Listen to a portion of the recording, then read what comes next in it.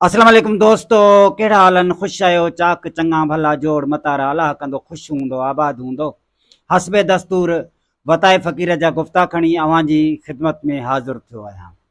सो गुफ़्ते शुरू करण खां पहिरियां हिकिड़ी गुज़ारिश कंदो हलां त अगरि तव्हां हिन चैनल ते नवां आहियो त चैनल खे कयो सब्सक्राइब, वीडियो खे लाइक करे आख़िर में बेल आइकन खे भी प्रेस करे छॾिजो जीअं असांजा वीडियोस बर वक़्तु अव्हां ताईं पहुची सघनि। ऐं हाणे हलूं था गुफ़्ते तरफ़। सो ॻाल्हि कंदा आहिनि त हिकिड़ो अंग्रेज़ वताए फ़क़ीरारनि जे ॻोठ अची पहुतो।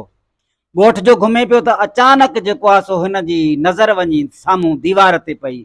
उन दीवार ते छेणा थिपियल हुया, मेंह या ॻऊं जा।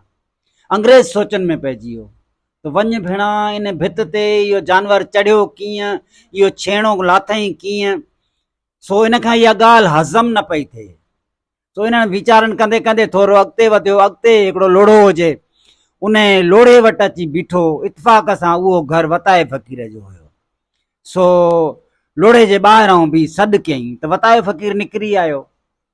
वताए खे चई त चई मूंसां गॾिजी हल। वताए फ़क़ीर खे उन जाइ ते वठी आयो जाते जेको आहे सो उहे छेणा थिपियल हुया उन दीवार ते।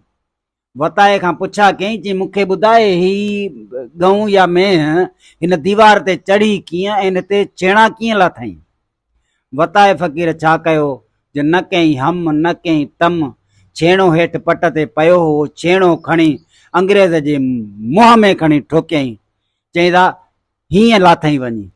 सो दोस्तो, अॼोको गुफ़्तो तव्हांखे यकीनन पसंदि आयो हूंदो। अगरि तव्हांखे मुंहिंजो गुफ़्तो पसंदि आयो त मुंहिंजे वीडियो खे लाइक कंदा ऐं दोस्तनि में शेयर कंदा त तव्हांजी वॾी महिरबानी थींदी। वॾा वॾा लख थोरा। इन सां गॾु आऊं अव्हां खां इजाज़त वठंदुमि। अल्लाह भाई जाॾे पेर ताॾे ख़ैर।